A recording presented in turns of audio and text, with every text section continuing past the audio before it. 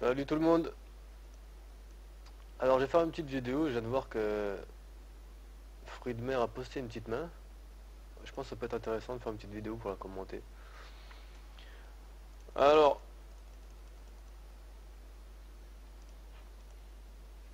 apparemment il y a un limper, donc un Recrea qui limp, UTG, MP plutôt.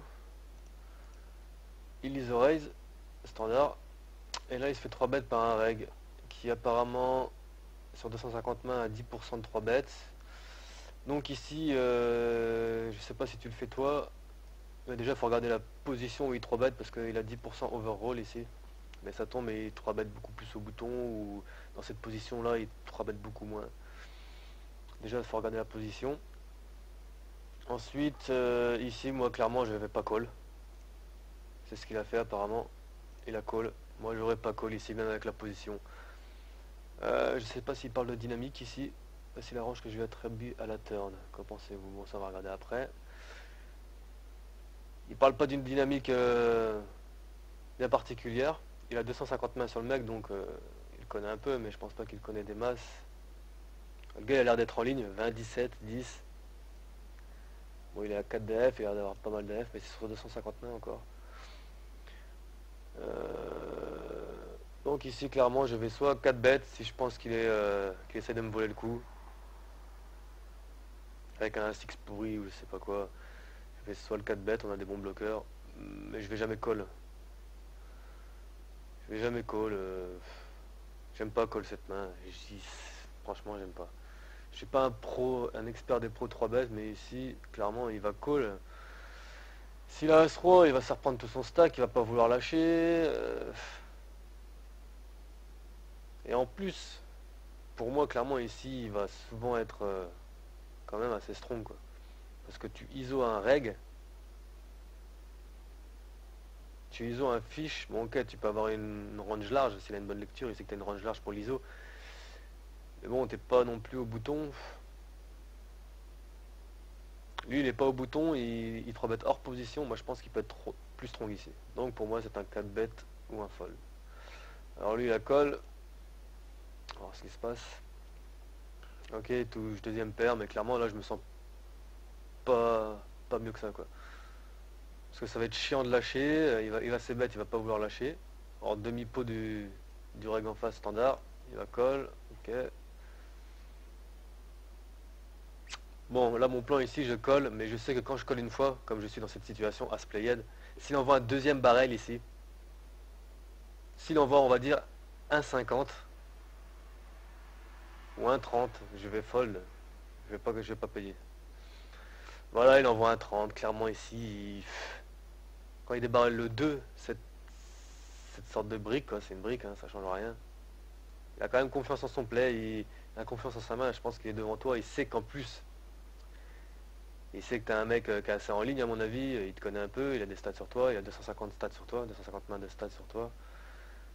Un minimum, donc il sait que tu es en ligne, il sait très bien que quand tu colles ici, tu vas jamais fold ici. Donc, ah ben il arrête la main ici, donc pour moi ici c'est un fold. Voici la range que je lui attribue à la turn, qu'en pensez-vous? Bon ben moi ça rentre chez As-Dame, je sais même pas si 3 bêtes As-Dame merger comme ça dans cette position, mais bon je mettrais As-Dame, Roi-Roi, As-As, Gigi, Dame-Dame, voilà, quoi. Moi je lui mets note ça. Alors il met Gigi, il met As-8-S. Ouais, peut-être As-8 de cœur. Ouais, d'accord, je suis d'accord. 4TS. Ouais, c'est vrai aussi, mais bon, on a quand même un K. Mais bon, il faut en avoir 3 quand même, mais bon, on a un bloqueur. KJS. Ça, je suis un peu moins convaincu du KJS. AT off. Non, AT off, il est débarré pas, clairement. KJ off. Non, KJ off, il va pas le débarrer. KJ off. Non, ça aussi non plus, j'aime pas. 42, 52. Je sais pas, moi, j'aurais pas examiné un main comme ça, je fold turn. Merde. Je fold turn.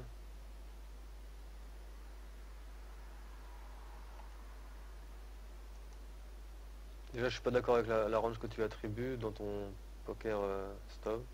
Putain, comment on fait pour se barrer d'ici là? Je fold turn, on va voir ce que tu as fait. Qu'en pensez-vous? River va-t-il check KQ et push le reste? Dans tous les cas, il ne va check que ses mains moyennes. River va-t-il check KQ? KQ encore, je suis pas sûr qu'il va le 3 bet. Pourquoi il voudrait 3 bet Ah, il peut le 3 bet KQ, hein, mais... Je sais pas. KQ, de toute façon, s'il check, tu pourras pas le bluff. Ouais, de toute façon, tu veux pas le bluff, mais bon, bref. KQ, va-t-il push le reste? Ouais, s'il a As, Roi, Roi, bon, c'est clair, il push. Dans tous les cas, il ne va check que ses mains moyennes. Ouais, mais ses mains moyennes, déjà, je sais pas s'il est de barrel ici, tu vois. Parce que quand tu colles ici, t'as collé son 3 bet dans cette position, quoi. Après, quand tu colles ici, c'est très bien que tu peux avoir aussi des As-Dame suited. C'est très bien que tu peux avoir des Gigi, peut-être. Tu vois. C'est très bien que tu peux quand même avoir quelques trucs de fort, quoi. Dans tous les cas, il ne va check que c'est ma moyenne. Donc, sur un check, faut-il push? Non, clairement, moi, sur un check, je push pas. S'il check KQ ici, il va call à ses limites. En NL10, c'est pareil. Des fois, je vois des vilains comme ça, des règles, qui m'ont 3 bêtes As-10 sur un flop, tu sais, on va dire 8-8-2, et 2 barrels sur une brique.